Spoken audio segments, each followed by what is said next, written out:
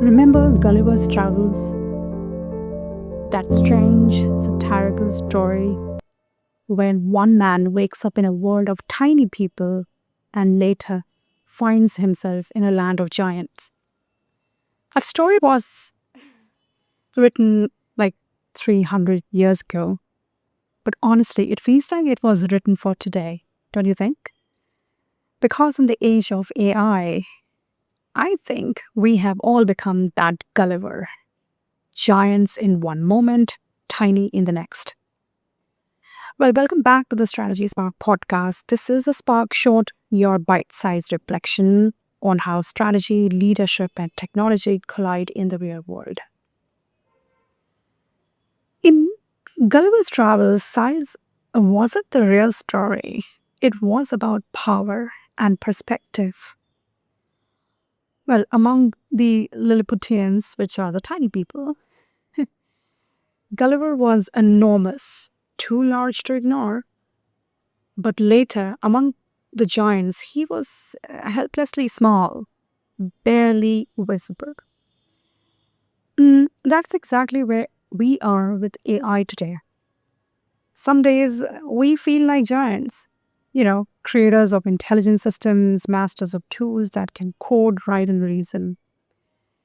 And then suddenly you open your laptop, ask a machine a question, and it answers faster, better, and more confidently than you ever could.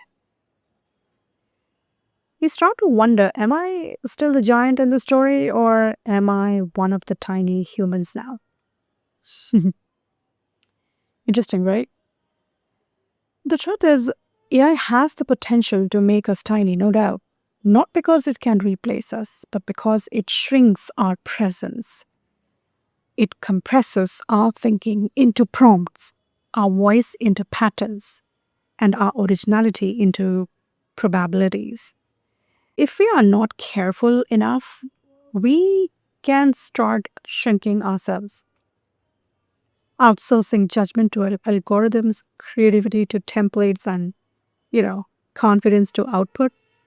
It's a kind of an outsourcing of our own brain. Every time you ask AI to, just write it for me, you are basically telling the world that you don't have time to think. And that is dangerous, in my opinion, too. And thinking is what made humans giants in the first place, right? So, how do we stay big? $1 million question. I think you stay big by doing what machines can't. Mm, By holding contradictions, by feeling, by being messy and uncertain, but still showing up. AI can generate insights, sure, but it can't sit in a room full of tension and build trust. It can summarize data, but it can't sense when your team is burned out. It can optimize, but it can't inspire. In a world obsessed with efficiency, staying human has become a leadership advantage. Big isn't about power anymore, it's about presence. The giants of the future won't be the ones who, know the most, so to say.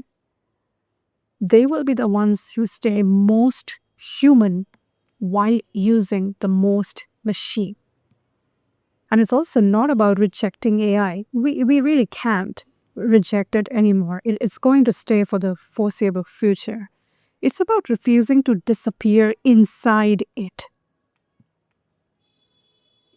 If AI is growing bigger every day, then maybe your job as a leader isn't to compete with it, but to expand in the opposite direction. Empathy, intuition, and meaning. That's the opposite. Because those are the things that actually don't shrink. So here's my reflection for today. We build the machines, we train them to think, but somewhere along the way we forgot.